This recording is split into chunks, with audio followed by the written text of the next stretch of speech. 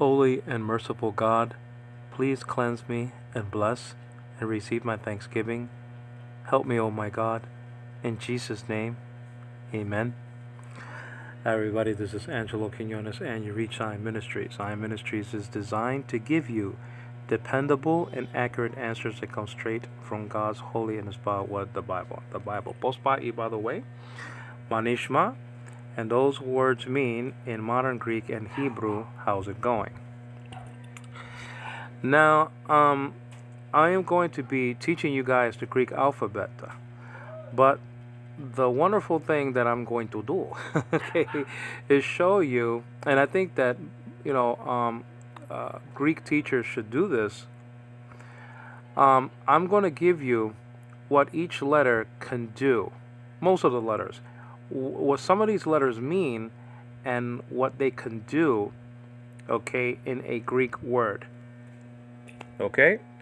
Now, almost everybody doesn't do that. They'll give you the Greek alphabet, but they don't let you know the importance of an epsilon, the importance of a sigma.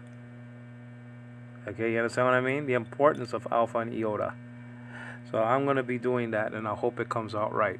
Okay. All right. Now, another thing, I just want to let you know how I made these letters, because I made these letters myself. Praise God for that. He gets the glory, not me. And so I made these letters by using Corel Video Studio. At that time, I was using Pro X6. Now, nowadays, it's not even called Corel Video Studio. I think it's just called Video Studio, maybe like 2022 or whatever it is. I mean, so just a Video Studio, and you can, probably still get Boris Graffiti, which is a program within a program. And that's how I made all these just wonderful letters and texts. Also, these letters are found and recorded, okay, in the Great Trinity debate, which I took part of, between me and Alexander Cruz, a JW/Unitarian, and I debated him several years ago. Okay, so let's start the Greek Alphabeta. Now, the letter obviously to the left-hand side will be a capital letter all the way through the lesson, divided by a comma. So the comma doesn't really mean anything. Okay, it's just separating the two letters, but it's not part of the letter. So I just want to let you know that. And the small letter is to your right. Okay, so I guess that's the Greek R, ro. Okay, that's how the Greeks like to pronounce the ro. Okay, r. All right, so let's start. First of all, this is the Greek letter alpha, okay, and when it is capitalized, it looks like a capital A, okay? When it is small, it sort of looks like a small a, okay? It looks like a small a. Now, this letter makes the sound ah, like in the word father, okay?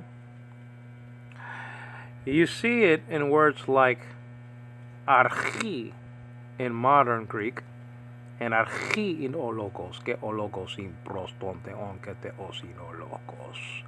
Okay, or enarche in ha logos, kai ha logos in prostante on, kai theos in ha logos. So you see it in the Greek word that means beginning there, arche, which is actually found and recorded 55 times in the Greek New Testament.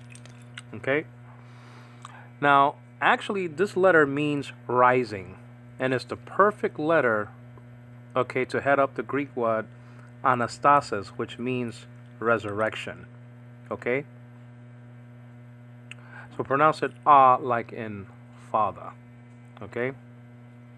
It is the first letter, capital version of it, that appears in Abraham's name, Abraham, in Greek, in Matthew chapter 1, verse 1. Okay, so this is a very important letter, and this letter can be lengthened. It can change into an eta. I'll let you know what that is when I get there. Okay, so this letter can change. Okay, like you see in John 3:16. The alpha was lengthened to an eta. So Greek letters can change in an actual word. And so that's why you see the lexical forms sometimes have one letter, okay, heading up the Greek word, and then another letter in the text itself of the Greek New Testament or the Greek Septuagint. Okay, so this is a very important word found for the Greek word anastasis, which means resurrection. And so that's just a deal. Alpha. Okay? The Hebrews have a sound like this, ah. In modern Hebrew, the two A classes in biblical Hebrew, okay, pathach and kametz, okay, are distinct sounds, a and ah, respectively. But in modern Hebrew, it's just ah all the way through. Okay? Okay, great. So that's the first letter, okay, and that's alpha. Of course, Jesus said 3 times, I am the, quote, alpha and the omega. Okay, incidentally, the last Greek letter was not omega, okay, but it was actually parakisma. And parakisma actually has to do with pregnancy. Okay, so that letter was dropped off, and what we have in the Greek New Testament is omega, which has the numerical value of 800. Okay, being the last letter of the Greek Alphabeta. So alpha is the first Greek letter in the alphabet. I just want to mention also that if you know all of your Greek letters, okay, you know about, I would say, 90%, okay, of Coptic writing, of the Coptic alphabet, okay, Egyptian alphabet, the Egyptian alphabet, okay, which has more than 30 letters in there, in the collection. Well, let's get to, okay, I took 2 pictures of the alpha, by the way, and you have RUCCII there, actually. And this I didn't mention, so let me just mention this right now. The alpha can make, when you have a rough breathing marker, okay, when it's capitalized, it's going to be before it, okay, to the left-hand side. When it's not capitalized, it's going to be over it, okay. It can make, when you have a rough breathing marker, it'll make an H sound before the letter. When you have the soft breathing marker, okay, which looks like an apostrophe, it will not be pronounced with an H sound. It will just be ah. Okay, so it's either ha or ah. And I have an example over here in the Greek word arche. Arche. Okay, pronounced archi in modern Greek. This means ruler or beginning. Okay? Now the word below it, okay, is the word for sin in the Greek New Testament, and it is harmatia. Now, unfortunately, I don't have any accent markers over here or the rough breathing indicator, but suffices to say is that it'll have like an open quote sort of mark over the first alpha there, okay, pointing aspiration. Okay, so that's just the deal. So you got arche up there and harmatia down there. Okay, so let's go to the next letter, beta. Beta, okay, spelled out, the name of the letter, B-E-T-A. Now in modern Greek, this is pronounced vita. Vita. In modern Greek, it can be a B. It's still called vita in modern Greek. Okay. It can be a hard B, but like in boy, or it can be a V sounding letter like in victory. Thus, the modern Greek alphabet, right, has the vita, which in biblical Greek is beta, has the vita okay, behaving like a B sound or a V sound. Like in the Hebrew word, bevakasha, which means you're welcome. Okay, so you see that the Hebrew bet, if you will, or the Hebrew B, can also be a V. Okay? So, but getting to biblical Greek, okay, when you're reading your Bible, okay, you have a different pronunciation than modern Greek. So this is strictly a B sound, like in boy, or biblos, Bible. Okay, the first word recorded in the Gospel Kata Mattheon, chapter 1, verse 1. Biblos is the first word recorded there. Okay?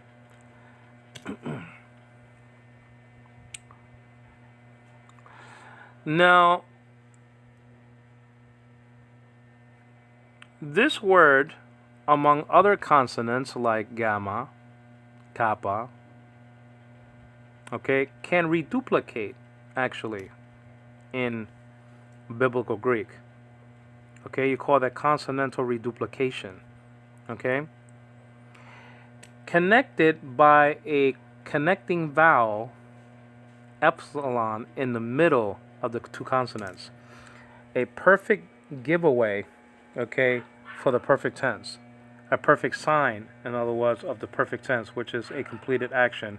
It's much more than that, but it's just for now, the perfect tense is a completed action in biblical Greek, along with the aorist tense. Okay? Aorist tense is a simple completed action. The perfect tense is a completed action. So this can reduplicate. Letters in Greek can reduplicate, just like some letters, okay, in biblical Hebrew also can reduplicate. The sheen can reduplicate. The noun in Hebrew, or the n, can reduplicate. The mem can reduplicate, like in the Hebrew word found in Genesis, Bereshit, Aleph, Genesis chapter 1 verse 26, where the living God of Israel, okay, said, okay, Na'aseh, let us make man. But actually, what I was about to say really basically was, and that's nice, but the one that I really was talking about the reduplicating M and N, is found and recorded actually in Genesis chapter 3 verse 22, where God said, okay, so you got two for the price of one. Okay, Genesis chapter 1 verse 26, where he said, let us make. Na'aseh in Greek is actually poiesomen, and that's a subjunctive construction. The Omega's pointed that out, and we're going to see, I'm going to repeat that when we get to the Omega and to the Eta, okay, because it's very important. Those are very important letters in a subjunctive, pointing out a subjunctive construction, okay. So meme menu actually means man has become like one, quote, of us, end quote. Of us is meme menu. So you see reduplicating letters in the Hebrew. But getting back into Greek. So in Greek, do not be surprised, and that's why I'm doing this in this way. Okay, this is a different way of looking at the letters, not just looking at words here and there and stuff like that. Everybody does that. But I haven't seen anybody yet teach these letters what they can do, okay, in the text. So when they get to the text, okay, they're sort of slapped in the face. People are sort of slapped in the face with a surprise, because no one taught them beforehand, okay, what these letters can do. So they're surprised that a letter can reduplicate. They're surprised when you have a connecting vowel. They're surprised that an alpha and iota, or an a and an I together, can point out an infinitive. So I'm teaching it this way so that way people can copy me, because I think that it should be taught like this, what some of these things could do. So when you get to these hard constructions like participial constructions and subjunctives and things like that, especially the participial constructions, okay, can be difficult. You're not going to be surprised, okay, when you're looking at a nu and a tau together, or an n and a t together, okay. So this is beta, Beta. Okay, beta. That's the second letter of the Greek alphabet. All right, so let's get to, and that means actually, this letter means like basis or foundation. Basis or foundation. Now, actually, this letter over here sort of has the same deal. Okay, it's sort of like a part of a plant or something like that. And this is a perfect letter heading up the what in Greek Genesis or Genesis. Okay, this is the first letter. I like to teach it that the capital version of this letter looks like an incomplete capital F. Okay. And unfortunately, the small letter, that's a G in biblical Greek, and there is a G in biblical Hebrew, which is the Gimel. Gimel. Okay. That's a G also. Okay. But getting back to this, the capital version of it, okay, is very important because it heads up the letter, it heads up the word, the Greek word, for the book of Galatians. So you're going to have to identify this, okay, and also, to find the book. And also, this is the letter, okay, the first letter in the word Galilee in Greek, okay, Gamaliel also. Gehenna, hell. Well, there's hellfire and Dacha, okay, forevermore. So this is a very important letter, and this letter can reduplicate, like in the word geganen, which is found and recorded, okay, once, okay, in that construction, the perfect tense again, in verse 3 of chapter 1 of the book of John, the Gospel kata Ioane. When I say kata, I mean according to this, according to that. When it takes the accusative, because prepositions in Greek can take cases, can take at least one case, sometimes two, sometimes three, okay? Like the word "n" takes the dative case in John 1:1. So this can reduplicate also. This is a consonant. Okay? So far we saw, okay, alpha, beta, and gamma. Gamma, the third letter of the alphabet. Okay? Let's go to the fourth letter of the Greek Alphabeta.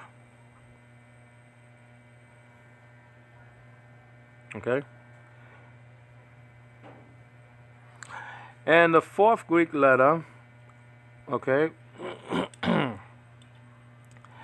the fourth Greek letter is the letter delta. Delta. Okay? So when it is capitalized, it looks like a triangle. And this is found, okay, in David's name. I don't know if I have it here, but I'll repeat it if I find it. This is the D sounding letter, okay, in Greek. Some people pronounce it delta, sort of with a TH sound, okay? Remember, there are different pronunciations in Greek. So there are wars and rumors of wars. See that you be not troubled, okay? Delta, it looks like a triangle. The capital version of it. And then the small delta, okay, is a very important word because you see it in the preposition like dia, okay? Dia. And so the delta is very important also because you see it in me verbs like didomi. Didomi. And that what is recorded in Revelation chapter 1 verse 1, where you see that God gave, he didn't show, God gave the revelation to Jesus Christ our Lord. He gave it to him and then Jesus, our Lord, showed, different Greek word, showed, okay, showed his servants the revelation. Okay, so you see it in me verbs like diddle me, and that's just the deal. Okay, so obviously, like I said before, you see it in David's name, the capital version of it. You see it in the Greek word adokimas, okay, adokimas, okay, which means castaway or disapproved. Okay, I believe you see that found and recorded in 1 Corinthians chapter 9, the last verse. Okay, they used to buy things with coins in ancient times, and what people would do, okay, to keep the gold for themselves, if it was made of gold or some other valuable piece of metal, when they would receive it, okay, they would chisel a piece of the coin for themselves and put it in a box, and then they will give it back to the person or whatever the case may be, or the next person, like that, to such a degree that the coin was chiseled so many times while it was being circulated that it became, okay, again okay, it became good for nothing. Okay, so it was a castaway. You couldn't use the coin anymore because everybody was chiseling a piece for themselves, and so it became a castaway, disapproved. Okay, and so if God sees that our lives, okay, are not holy, okay, to Him, we won't lose our salvation in Christ, okay, in Cristo, but we can lose our position as ministers or preachers or Bible teachers. We can lose out. We could be disapproved for the ministry, in other words. Okay, we'll still be God's child, but we'll be a castaway according to the ministry. So delta, like I said, this letter can be reduplicated. Okay, let's go to the next letter. Okay, delta.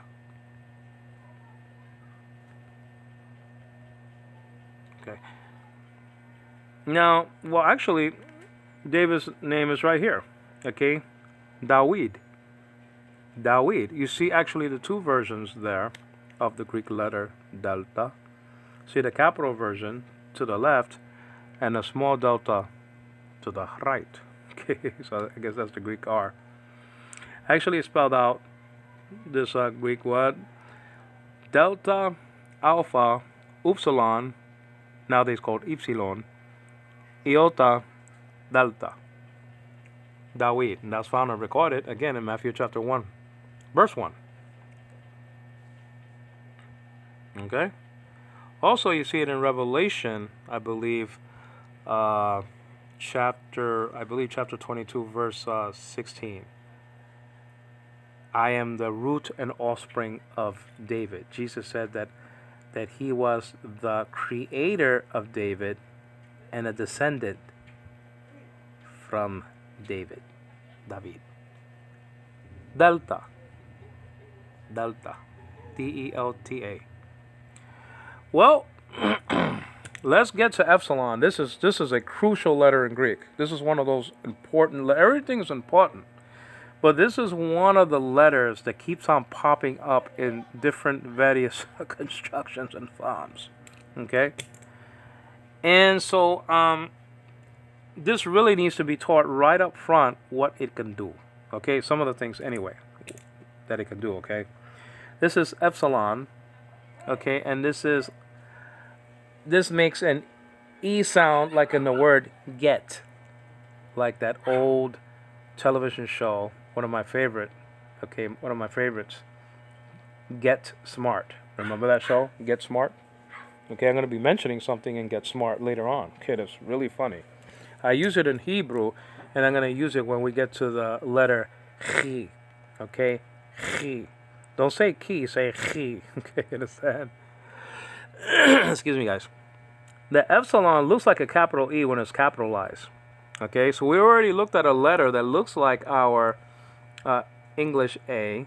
Okay, alpha. And then we looked at beta that looks like the capital B, okay, when it is capitalized, and even looks like a B when it's not, okay. And then when we come to delta, okay, the only thing that looks a little bit like a D is the small delta. I mean, somebody said that it looks like a musical note or something like that. I like that, you know. But it looks like a D, sort of. It's like sort of tilted to the left-hand side, you know. So it looks like a D a little bit anyway, you know. Okay. Epsilon looks like a E all across the board. It looks like a little tiny E, you know, when it's small, you know. And then it really looks like a capital E when it is capitalized, okay? Now, this letter is absolutely essential to learn. Why? Well, remember when I said that the consonants can reduplicate? When they reduplicate, okay, and let me get the gamma over here for a second, okay. When it reduplicates, when this reduplicates into another gamma, okay, you're gonna see, okay, you're gonna see in the middle of the two G's this letter as a connecting vowel, okay. Epsilon can be used as a connecting vowel. It is a crucial letter, okay, in the perfect tense, not in all the constructions of the perfect tense, okay. We're going to see another letter, another set of letters that are important to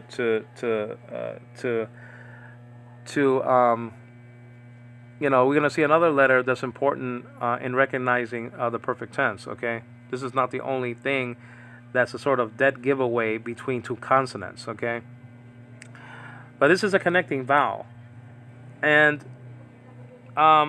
this letter also, like alpha, remember alpha right here, okay, alpha and, okay, epsilon can lengthen to an eta, and we're going to see an eta very soon, okay.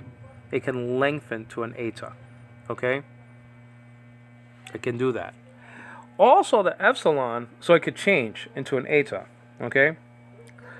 Also, epsilon can be used as a connecting vowel toward the end of a Greek verb, okay? Like in the Greek word, okay, stesetai, in the Greek Septuagint, okay, stesetai, okay? You see the connecting vowel between a letter, okay, the letter sigma, which is used as the future transformative there, is pointing out the future tense, okay, and is used to connect, okay, that with the personal ending tai, okay, so it can be used as a connecting vowel, okay, in a construction like that, okay, so it can be used as a connecting vowel, okay, in the beginning of a Greek verb, connecting two consonants together, and it could be used as a connecting vowel toward a Greek word, and that's the deal. Is that you, hon? Yes. Oh, okay, that's Rita. Say hi to the people. I'm teaching the alphabet here. People around the world. Okay. And also, and also, the epsilon can be used to point out a vocative or a vocative construction, a direct address, when somebody's speaking to someone, okay, or a group of people. So instead of saying kurios, you say kurie, okay? Instead of saying theos, you say thee, like what Jesus said on the cross, thee mu, okay, why hast thou forsaken me? Okay, thee mu, okay? So you see this in a you can see this in a noun, and when that happens, that's the vocative construction. Okay. Also, you can see this in an imperative in a command. Okay. Idete or ide. Those are commands in Greek. The imperative, the imperative mood. Okay. And so you see that epsilon there at the end of those two Greek words. Okay. Also, an epsilon can be used, and it's found like that twice in John chapter 1 verse 3. I used that already for the perfect tense, gegonen. But you have the aorist tense there, a completed action, and this can be used sort of like an ed at the beginning of a Greek verb. Okay. Egeneta. So it can be used as an augment, okay, to show you that the word is in the aorist tense. Now, other things can point out that completed action, the aorist tense, such as a kappa or a sigma can point out the aorist tense in a verb like that. So epsilon is not the only clue. Also, you have the stem of the word that contains the actual meaning, okay, that could point that out. But an epsilon can be used as an augment, okay, an augment. So the epsilon is absolutely essential, okay, in biblical Greek, essential, okay. Well, I mean, so that's just a deal. Now let's go on now, okay. Now there is an e sound like this in a biblical Hebrew.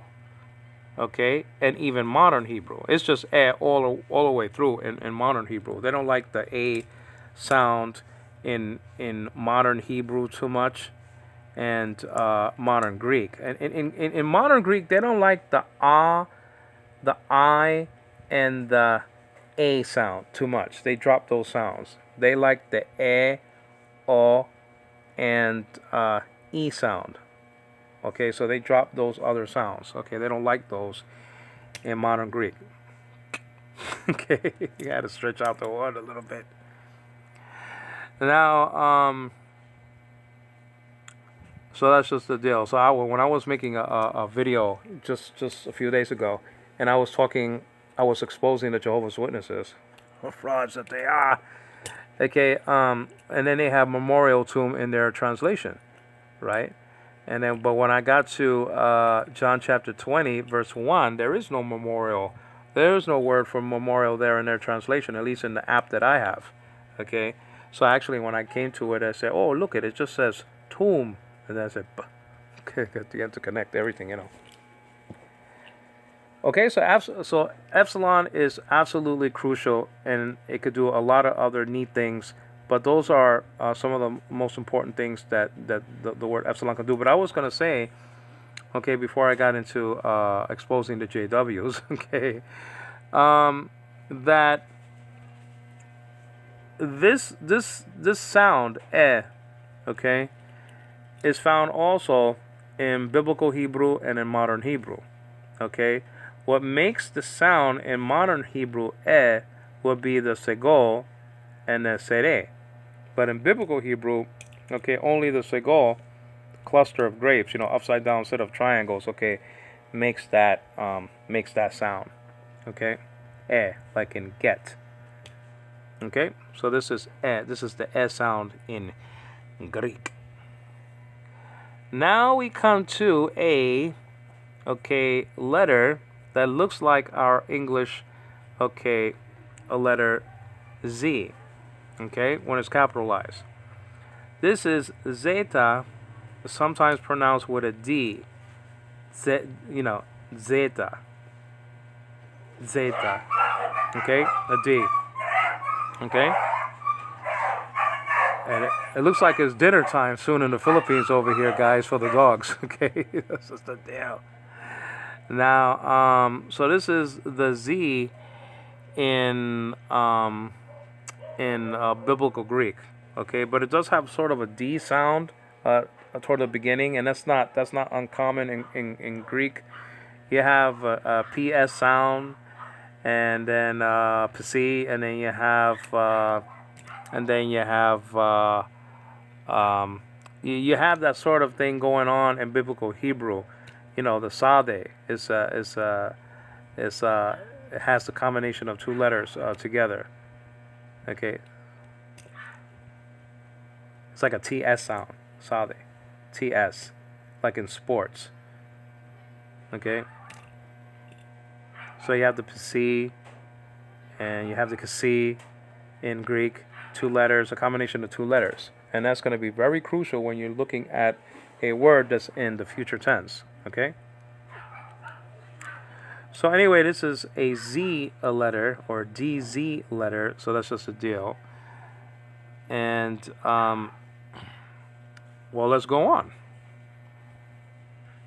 Now, actually, Zion in Hebrew makes this sound. Okay? Or comes close to making this sound anyway. Zion in biblical Hebrew. Now let's get to the Eta, and I mentioned this, okay, because Epsilon, okay, and then let me get to Epsilon right here, and then Alpha, okay, which is right here, can change into Eta. This, okay, it could change. It can they call it, okay, it can lengthen to this letter, okay, like in the aorist tense. For God so loved the world, the alpha in the word for love there, okay, actually the alpha lengthened to an eta, showing the aorist tense. Okay. Now, when it is capitalized, unfortunately for us, it looks like an H, but this is not an H. There is no H letter in biblical Greek. There is a H letter in biblical Hebrew called the He, found twice in Ehyeh and the Tetragrammaton, okay, both coming from Haya. So there is a consonant which is a H sound, which makes an H sounding sound, okay, in biblical Hebrew. But in biblical Greek, there is no consonant, or, that's an H. What they use again, okay, to make the H sound, okay, is the rough breathing marker, which looks like an open quote, okay, when it's capitalized before the letter and when it is small above the letter, okay.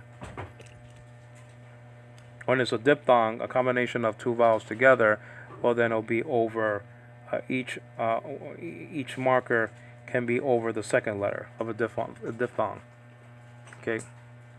All right. So unfortunately, it looks like an H when it's capitalized, but it's actually an E class in biblical Greek. So this is the E class, like in the word they. Okay, the sound that the E and the Y makes in the word they. This is what this makes. Okay, A, like in the Greek, okay, word ain, which is in the imperfect tense, is an incompleted action. It's a continuous, linear thing. Okay.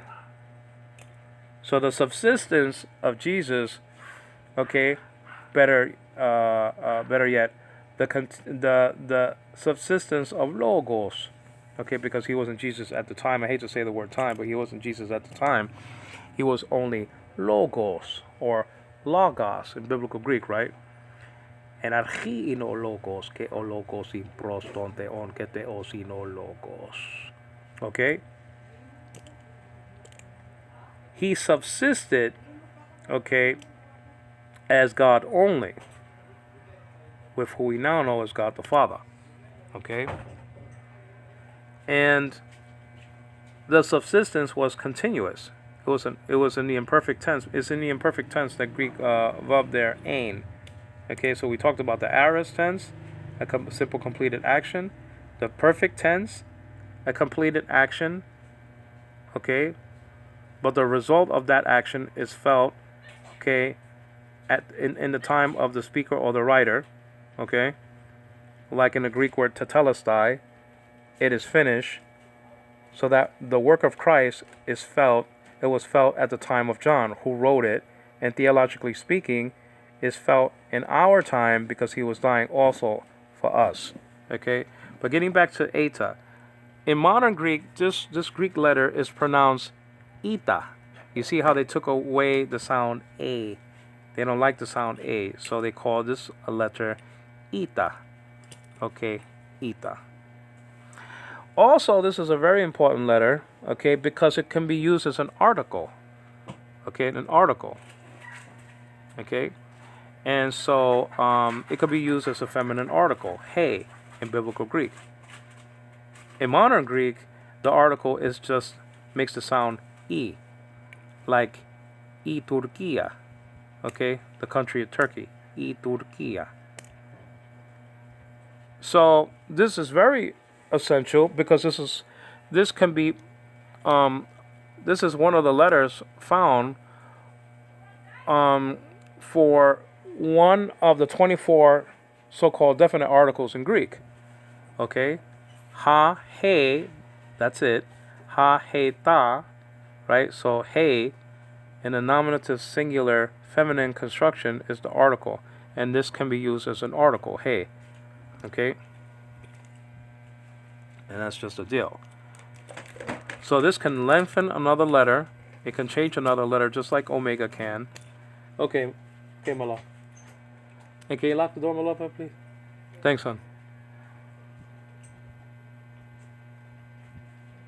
Okay, so sorry guys. And so this letter is also essential. It's one of these important letters in Greek, eta, nowadays called eta. Okay? Now, in biblical Hebrew, okay, there is an A sound.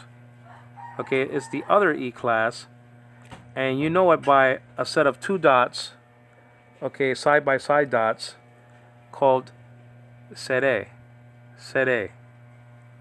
Okay, and that's the A sound. But in modern Hebrew, okay, there is no A sound. There's only the E sound, like in the word get. Okay, so there's no distinction between the two E vowel dots. Okay, it's just all the way through. Again, you see this letter, okay, changing a letter in the word stesetai or stesetai. Actually, he will rise, and that's found and recorded, okay, in Micah chapter 5 verse 3 in the Greek Septuagint. And that's very important because the thing is that if Jehovah's Witnesses tell us, well, Jesus had a God, or Logos had a God in the Old Testament, we could say no. That word is in the future tense because of the construction, including the sigma or the s that's in there as the future tense formative, and that means he will rise. The he comes from the context, but he will rise, so that's in the future. Not to mention Zechariah chapter 3 verse 8, which says, quote, my servant the branch. So he has a God, okay, in the New Testament, because he serves God. Not to mention, talking about the vocative again, the direct address that Jesus made to the Father, okay, theemu, or in another gospel, okay, theosmu. He has a God because of what happened on the cross. It's one of the reasons why he has a God. It doesn't have to do with creaturehood, but it has to do with what Jesus said for the first time. Okay, he called him, he said, my God, for the first time in the Gospels. So that has a lot to do with it too. He serves God. That's the God that he prayed to. That's the God that he spoke to. That is the God who sent him. And so he's saying that is his God. That is his God. And as a matter of fact, before we go to the next letter, he didn't say, Hamon, I go to our Father, and I go to our God. He didn't use the Greek word Hamon, okay, from the Jame's paradigm, first person personal pronoun from the plural part of the paradigm, okay? Okay, I go to my father, mu, and to your father, okay? And that's probably, okay, and that's probably, your, and that's probably, humon there. Probably in the plural there, singular in the plural, or the plural. See it anyway in verse 17 of chapter 20 of the Gospel Kata Ioane. Let's go to the next letter. So this is eta. Eta. This is the E like in the word they. Okay? Well, let's get to the wonderful Greek letter that in and of itself means divine. Theta. Theta. Spelled out Theta. In modern Greek, this is called theta. Theta. And we already saw that the beta in modern Greek is called vita. It sounds the same, almost the same in modern Greek. The vita and the theta. Okay, it sounds almost the same. Okay, but in biblical Greek, this is theta. And like I said, every Greek letter means something. Okay, it means something. So we just saw that alpha means rising and beta means basis or foundation. Okay, and then so this letter in and of itself, it means divine. Now I'm not saying that every time it's found in for a letter as in a person's name that the person is divine, just like Toma. Okay, I'm not saying that. I'm just giving you the meaning of the letter. Okay, which is a perfect letter. Okay, to head up the word theos or theos. The only thing I can say is just be consistent in your pronunciation. Okay, consistent in your pronunciation. Okay, don't mix. You can teach the distinctions, but don't mix the two, because then you're gonna have constructions sounding like other constructions. Like, when you say ton theon, according to John 1:1b, and if you switch it to, the presence of pros will not lead you to that conclusion. Okay, that is a genitive plural. But if you say ton theon, that sounds like a genitive plural that's not even found in the New Testament anyway. It's found like in the Greek Septuagint. For example, Daniel chapter 2 verse 47, around there. Your God is the God of gods. Okay, that's theon. That's found in the Greek Septuagint anyway, not in the Greek New Testament, but still, you want to be consistent with your pronunciation. If you're going to pronounce things in the modern Greek style, go right ahead, but just be consistent all the way through, and don't mix the two. And if you're going to, stick to the biblical pronunciation, then just stick to that. Just be consistent. Just be consistent. And I know sometimes it's hard, okay, especially when we're not looking at diacritics and things like that to put the right emphasis and everything like that. But just the only thing, just be consistent with your approach. Zeta. This is the TH letter in Greek. This is the first letter. Okay, in the word for, like I said, Thoma, Thomas. And this is the first letter, obviously, in the word for God, Theos, in biblical Greek, Theos, in the modern Greek style of pronunciation. Okay, Theos, incidentally, is found and recorded, okay, more than 1,300 times in the Greek New Testament. Okay, Theos. Okay, you found it. You find this letter twice. Okay, you find John 1:1 in total has around 17 Greek words. Manuscript L has 18 Greek words, including the article that the witnesses complain about that it's not there in front of Theos. Well, Manuscript L, okay, has the article in front of Theos anyway, which is a predicate adjective. And predicate adjectives, okay, don't need an article for them to be definite. Okay, there are 10 different ways that a Greek noun can be definite without the article. And John 1:1 has 2 examples of that. RUCCII is definite, and you see in the Jehovah's Witness Bible, you see in the beginning. Okay, and te is not even there; it's an article between the object of the preposition and the preposition, but they say in the beginning. And then the Jehovah's Witnesses Bible has the book of the genealogy or the history of Jesus. Okay, and the letter and the article ha is not even there. I'm not saying in every manuscript, but I'm just saying that the article in some manuscripts, okay, it's not even present in Matthew chapter 1 verse 1. Okay, so just because theos is anarthrous, which means no article, right? It doesn't mean it's indefinite. Okay, that's how you can tell that a noun is a predicate adjective by the absence. Okay, this is not a straitjacketed rule, but the absence of the article. Okay, so, and there are other reasons why. Okay, theos is anarthrous. It doesn't mean that Jesus is not God. He is God. Jehovah and Jehovah, Zechariah chapter 2. Let's go to the next letter. Okay, and that's the os over there, but I couldn't type out the final sigma, but that's the os over there. But the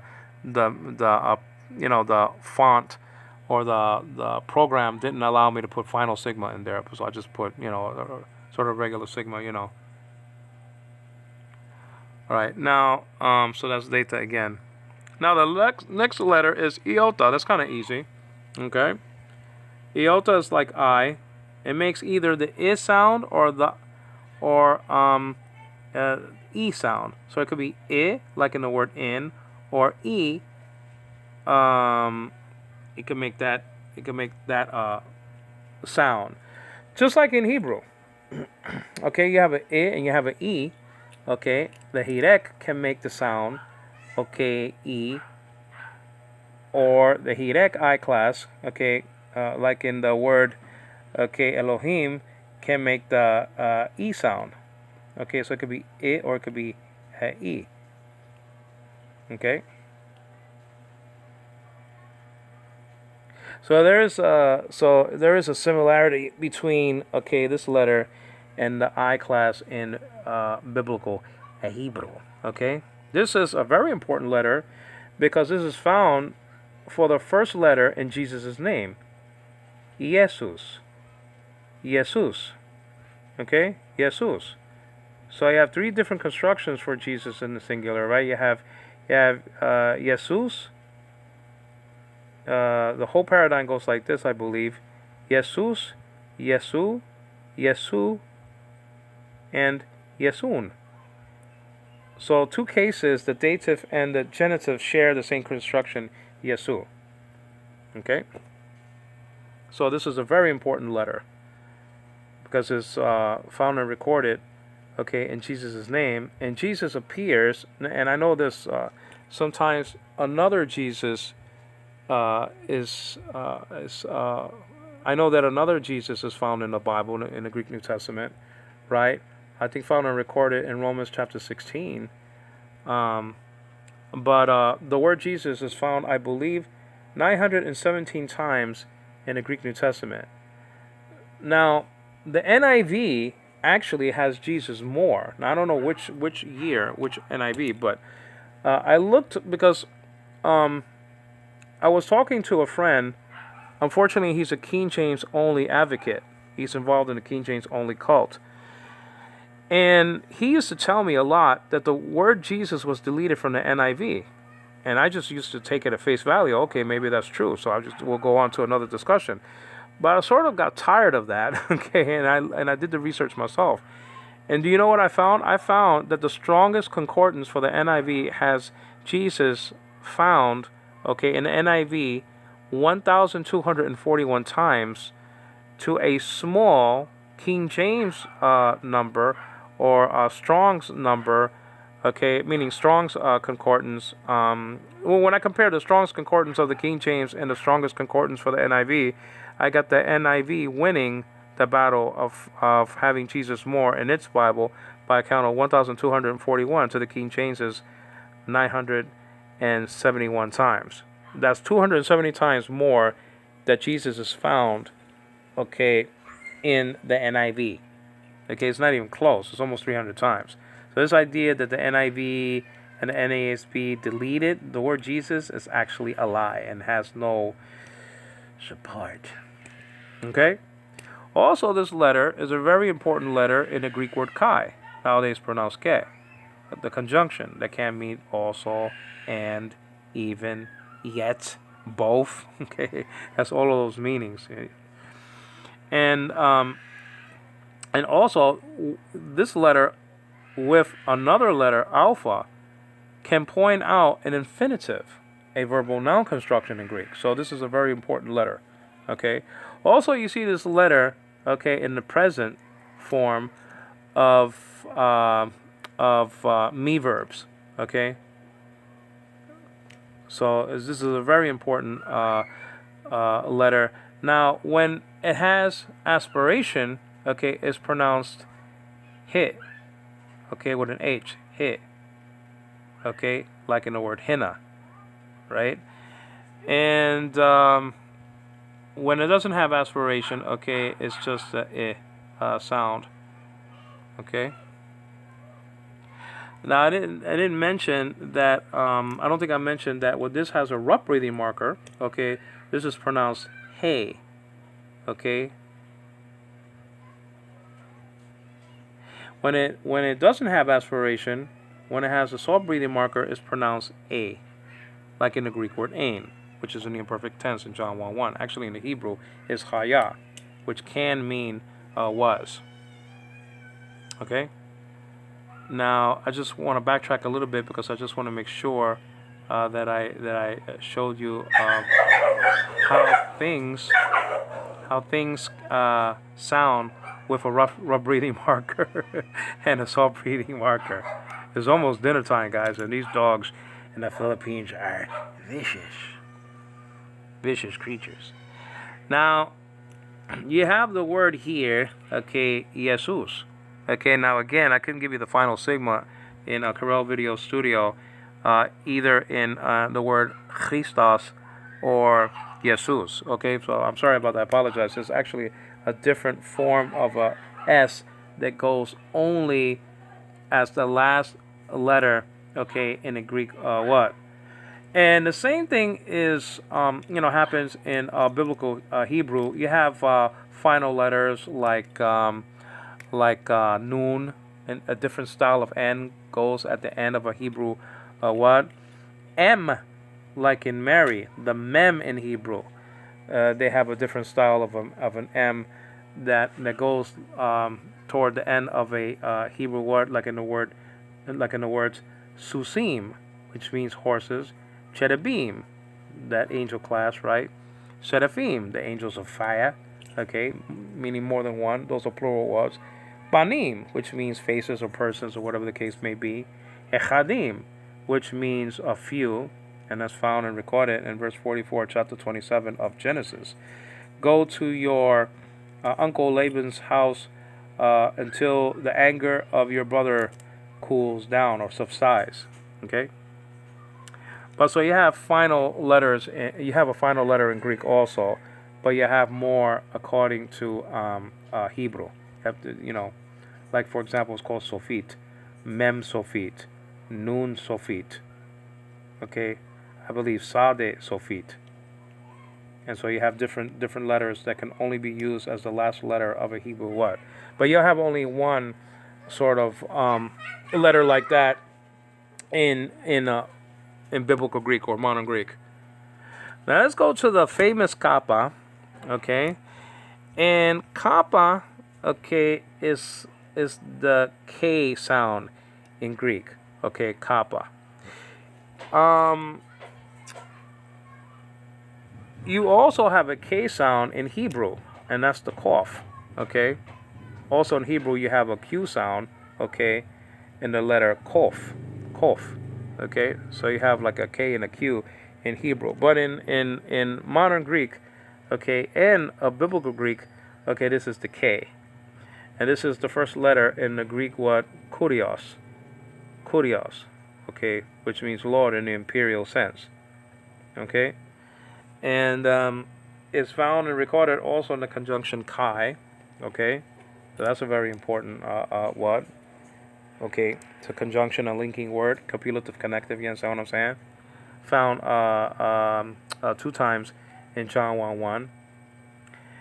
I was going to tell you about John 1:1 that it has around 50 Greek letters, different and the same, 17 Greek words, okay, and that was just for free, Kappa.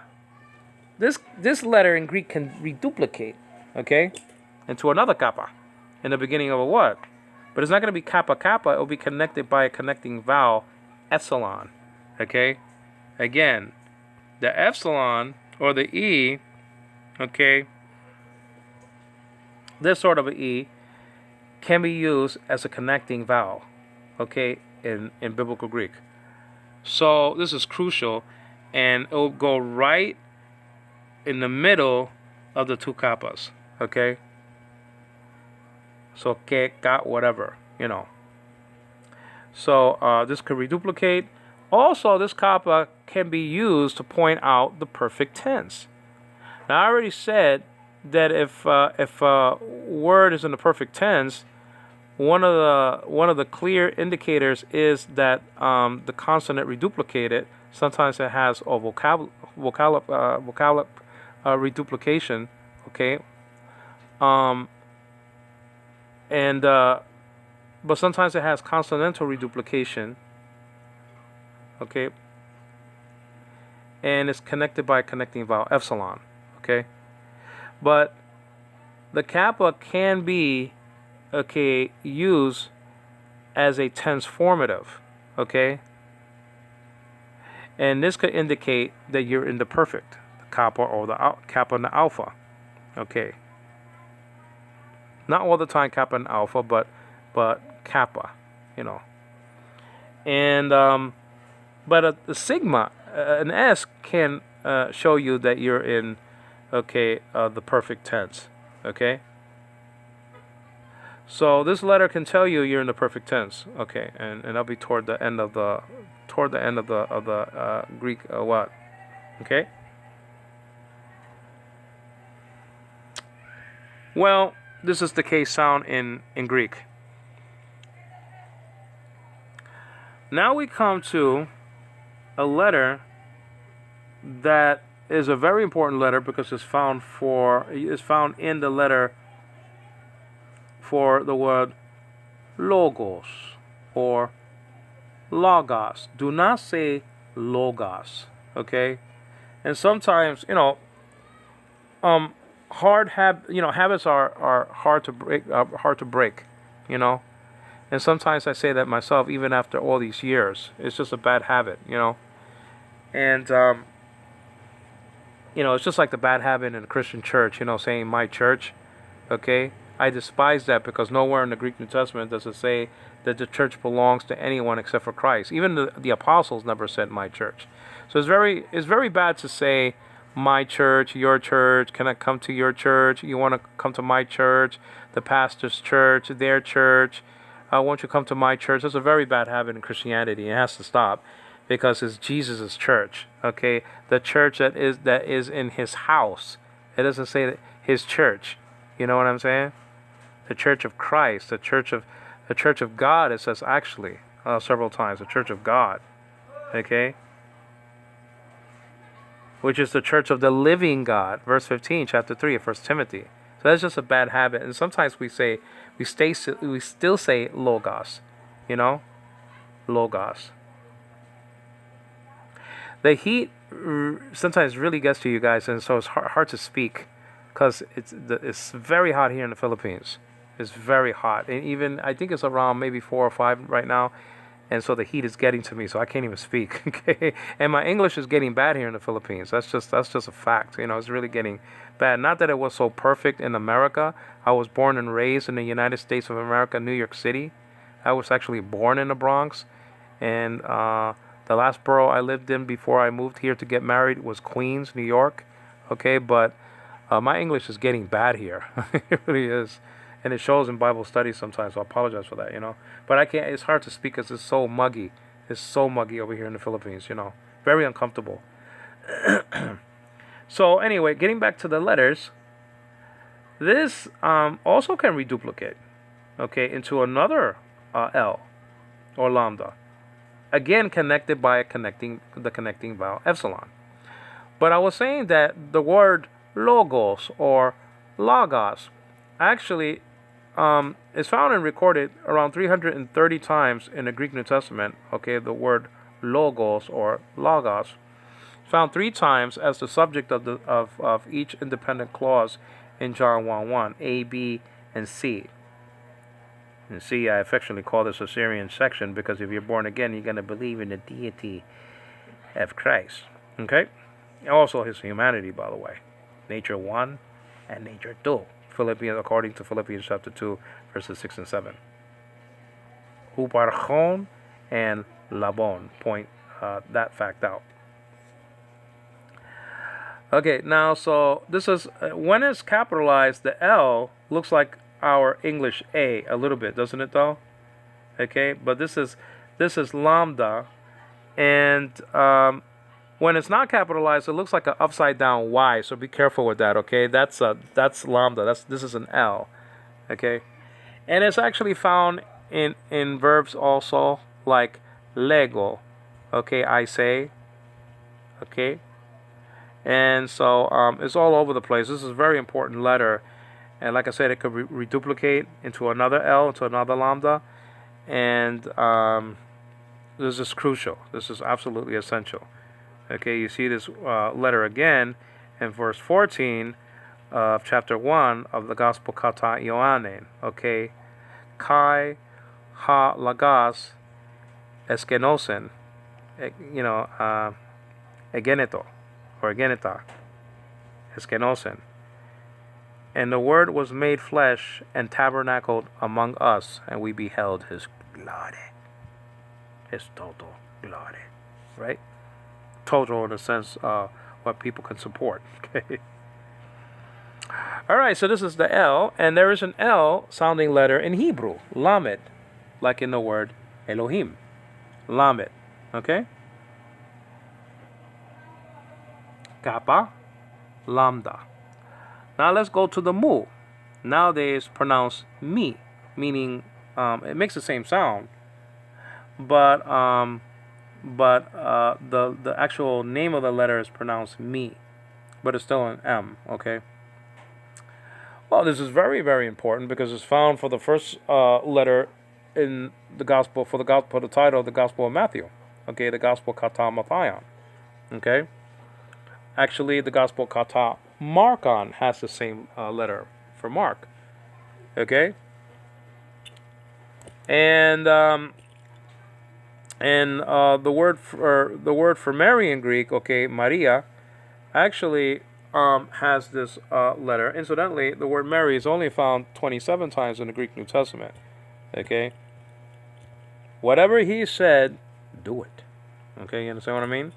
Incidentally, talking about M's in Greek, okay, Basilisa and Maria, those two words do not appear together in the Greek New Testament, so she's not a queen, Basilisa, okay? Okay, she was the mother of Mary. I'm sorry, she was the mother of Jesus, I should say. And so, she was honored in that way in giving birth to the Savior of the world, but that's it. She was taken up to heaven and she ascended up on high, and all of this stuff, and co-redemptress and all of this stuff. I mean, that's just it's too much. It's too much dulia that they give. They give too much attention to the saints. Okay, the Catholic Church. Okay. So anyway, this is pronounced mu, sometimes pronounced mu, and also this can reduplicate in the perfect tense. So be careful with that, okay? There is an M in Hebrew, and that's the mem. And there's two styles, there's two forms of the M in Hebrew. You got mem, and then you got mem sophit, final letter, M, if you will. You understand what I mean? Well, I got 2% left on the phone, so I better hurry up. Now you got the nu. This is the N in Greek. There's a N also in biblical Hebrew and in modern Hebrew, and that's the nun. But this is nu, nowadays pronounced ni. Okay, and you see this in the word for Nazareth. Okay. Now, when it's small, unfortunately, it looks like a V, but there is no V in biblical Greek. Okay, so you don't have to worry about that. Okay, so if you see a V-looking letter in biblical Greek, okay, and in modern Greek, incidentally, okay, it is to be pronounced like in Nilda, my mother's name, Nilda. So each one of these is an N. Let's get to the Kasi, and I guess this will be the last letter for now. Okay, the Kasi. This is a KS letter in Greek. Okay, when it's capitalized, it looks like a whole bunch of I's, laying on top of each other, right? This is the KS letter in Greek, and I mean, you sort of see the sigma in the in the Kasi. That's to the right-hand side when it's not capitalized. This is Kasi. This is the KS letter in Greek, like in the word sharks. And the root actually of that word is shark. Okay? And so in the nominative, they put the sigma. And so when you put a kappa and a sigma together, okay, it becomes this letter, Kasi. It's just that's the genius of the Kasi, that it embodies, okay, two Greek letters at the same time. Okay? Kasi. This is one of the letters in Greek that actually has two sounds. Kasi. Kasi. KS letter. Well, that's it for now. There's 2% left on the phone. I better be careful because the study, if I don't finish now, okay, it's gonna be annihilated. Okay, that's just a deal. This is Angelo Quinones giving glory. So this is part 1, by the way. Giving glory to the God of Israel. God is not the God of the necron, of the dead ones, but of the living. And that means that when Jesus said, okay, that I am the God of Abraham, Isaac, and Jacob, he was actually proving that Abraham, Isaac, and Jacob were very much alive at the time that he said those words. Please subscribe to my channel. Please give me a thumbs up. And please leave your comment on the screen. Thank you so much. Stay tuned for part 2 of the Greek Alphabeta. Thank you.